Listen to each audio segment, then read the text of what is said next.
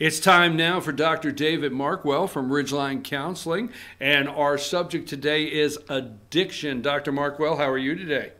I'm doing well, Brian. How are you?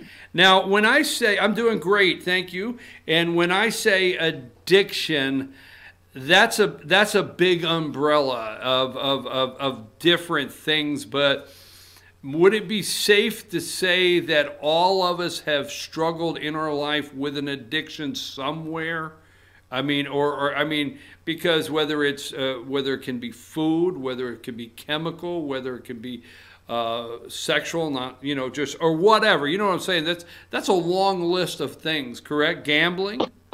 It is, and it's interesting because to some degree, as you mentioned, all of us have a level of addiction to something. And I read years ago that part of the process of getting healthier is moving from addictions that are not healthy emotionally, physically, and so forth, to addictions that are more emotionally healthy and physically healthy and so forth. So you're right, exercise could become an addiction. It really is interesting. The diagnostic manual that is used quite a bit for mental health years ago had two terms that they would use. One was abuse and the other one was addiction. And so you had to differentiate between, is this particular instance, whether it's gambling, pornography, alcohol, drugs, is it more of a case of the person is abusing that thing, or have they become addicted or dependent to it? And then most recently, within the last couple of years, they actually changed some of the criteria diagnostically to where it's no longer a decision of abuse or addiction. Everything is now on a continuum, and you just have to work with that person on how severe or minimal is that addiction. So to answer your question, you're right. Anything can, move onto that scale and become adverse in our life if it's a negative impact. Okay, now I'm just going to throw out some things I've always heard, and I've just heard some people say sometimes they have or somebody has an addictive personality. Can that be something that you have? Gambling, smoking, drinking, drugs, but they don't all go together. But can that be something that somebody has an addictive personality? Well, there's not a actual term addictive personality, but there are some personality types and personality disorders that lean themselves more toward addictive behaviors. For example, personality styles and traits that are more impulsive, maybe sensation seeking, that definitely could lean itself more toward that. It's very similar. For example, a lot of times we'll use the term people who are obsessive or obsessive compulsive. And a person who is obsessive is someone who has thoughts in their mind that are constantly ruminating, and then of course they have to compulse, which basically means act on those particular thoughts. And the same thing sometimes happens, although we don't use the word obsessive, we use the word addictive, is that person is fixated on what that item is. They have to get the next hit. They need to pull up the next website, whatever it may be. So it's not necessarily an actual term, addictive personality, but yes, that is one of the factors that can go into addiction, which is a person's personality style or type. Now, how many different ways are they to deal with? And I know this is a big, wide open question that I don't think you can just drill down to one thing. But let's say for example, and I'm just going to put it like this. Okay, in North Georgia, in Western Carolina, right up here, 45 minutes away, there's a casino now.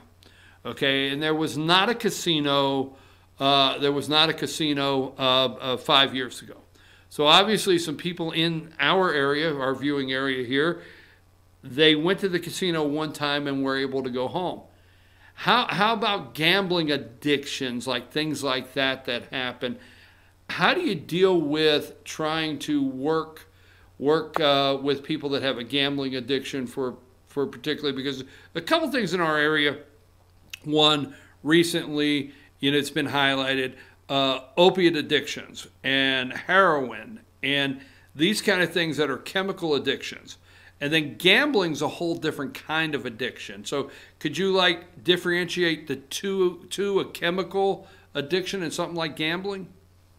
Right, and that's actually a really good point, Brian, is that both of them actually have a chemical component to it, but it's a little different when you talk about, for example, alcohol or drugs, for two reasons. One, the actual alcohol or the drug itself, with its chemical reaction on the brain and on the body, in addition to just what are called the neurotransmitters in the brain, especially dopamine. That's part of the battle in the addiction world that they talk about. Is I always tell clients sometimes is, we have serotonin in our brain that sometimes antidepressants will be used to address serotonin issues. Dopamine is more of the pleasure principle part of our brain. I always say that dopamine is that thing that makes us feel dopey. It's that reward. It's the seek of the reinforcement of the reward. And what they're finding out now through more studies of the brain is that the pursuit of whatever the addiction is actually what produces more of the dopamine impact. So, for example, with gambling, it's not just the fact that, here's a chance of getting a lot of money for just a quarter or 50 cents or $1 or the right cards, but it's actually the pursuit. So if I put $20 into a slot machine and I don't get that money, some people, as you said, can walk away from that frustrated or whatever, but others, that dopamine starts to act up and say, okay, let me pursue it even more. And so there's that constant pursuit, just like, scratch off things and so forth. So on one hand, alcohol, opiates, marijuana, those types of things, there's a chemical component that we're ingesting as well as the dopamine within our brain. But even gambling itself has a chemical component, but it's more internal inside of our brain. The gambling itself doesn't put any kind of chemical into it. Okay, so and another one that comes to mind. There's so many different addictions out there, but can food be considered? Because I want to go all the way from this sliding scale all the way over. No pun intended, using scales. Right. But right. Can food be an addiction? Absolutely. In fact, there's some research that actually says that food is one of the more challenging addictions. The reason for that is we don't always have to, on a daily or weekly basis, go into a casino or, for example, go into a liquor store, but very often we do have to go to the grocery store. And so there is that component. There's a lot of research that shows that people who struggle with, like, let's say, anxiety or stress, they're, stress eaters, as they talk about, and that same chemical reaction gets activated, which is the pursuit of, the donuts. To give you an interesting thing about food, there's an interesting documentary out there that talks about the power of sugar. And there's some research years ago they did on rats, and usually rats are the ones that get tested a lot. And what they did was they put these rats in a very stressful situation, and then they released them into this open space. And in that open space, the rat had two choices to drink from to, hydrate themselves. One of it was water that had been mixed with some type of drug. I want to say it was like heroin or cocaine, one of the two that had been mixed within the water. And the other was just simply what you and I would call sugar water. And the higher percentage of rats would go to the sugar water and drink from that over the other water because of the chemical reaction and so forth. And so when you think about that with the amounts of sugar that is in our food, it definitely can become very addictive. Before we end our segment today, Dr. Markwell, is there anything else on addictions treatment for addictions or things. I guess let me say, I do have another question.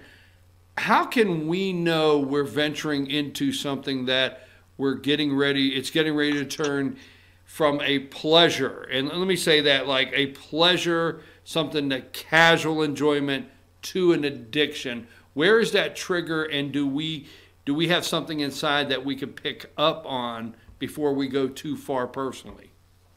Very good question, and a good point. I'll give you four very quick things that people can use kind of as little markers.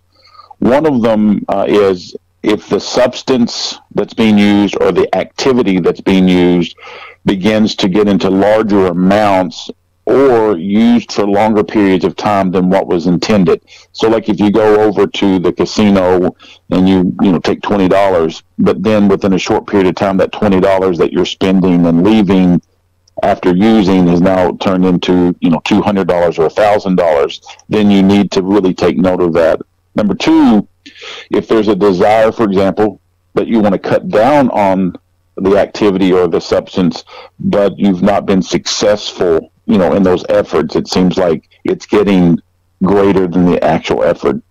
And then, of course, if your pursuit of it is taking more time from other things that are more important, like work and school and obligations that you have, if, you're spending unlimited hours, for example, doing one particular activity over things that are more necessary in your life, that would be something to consider as a kind of a warning sign. And then the other one that I think is if it begins to become like more of a riskier behavior. A lot of, for example, in the world of sexual addiction, a lot of times those sexual behaviors become more risky. So it starts out with maybe watching, computer, then it moves on to involving yourself or interacting with humans based in a sexual way, and then it becomes more and more riskier and so forth. Those are some things to kind of watch for. And then, of course, always, if you feel like it's reaching a point where maybe a family member or friend says something to you, or you kind of realize, hey, this is getting a little bit out of hand, definitely there are mental health professionals that you could speak with. There's some. We have a counselor on our staff that is a certified addiction counselor. And so there are professionals that definitely could, assist with them. Dr. Markwell, I appreciate you very much. And, it seems like it was just yesterday in 1984, my wife and I attended a conference in Atlantic City, and I had $700. How many people are going to judge me out there for this? But back then I had $700, and I gave my wife $20 and said, no matter what I say, no matter what happens, you do not give me this $20. You understand? And so I gambled away $680 and was begging her for the 20, saying I know I could win it back. So, right. So that is the day I decided I should not gamble. Right. Right. All right. Just my little personal interjection there. That was the day I decided I probably shouldn't be doing this. Oh, exactly. So, right. Anyhow, Dr. Markwell, it's always a pleasure. We appreciate you very much, and we are talking right here around the holidays. So you and your family enjoy your holiday season, and we'll get back with you right after the first of the year. Thank you very much, Dr. Markwell. You as well. We've been on the line with Dr. David Markwell from Ridgeline Counseling, and our topic today was addiction, and you can see the number there, 706-314-8807, 706-314-8807, and that's how you can get in touch with Dr. David Markwell from Ridgeline Counseling if you'd like to discuss anything further with them. And we'll be back right after this.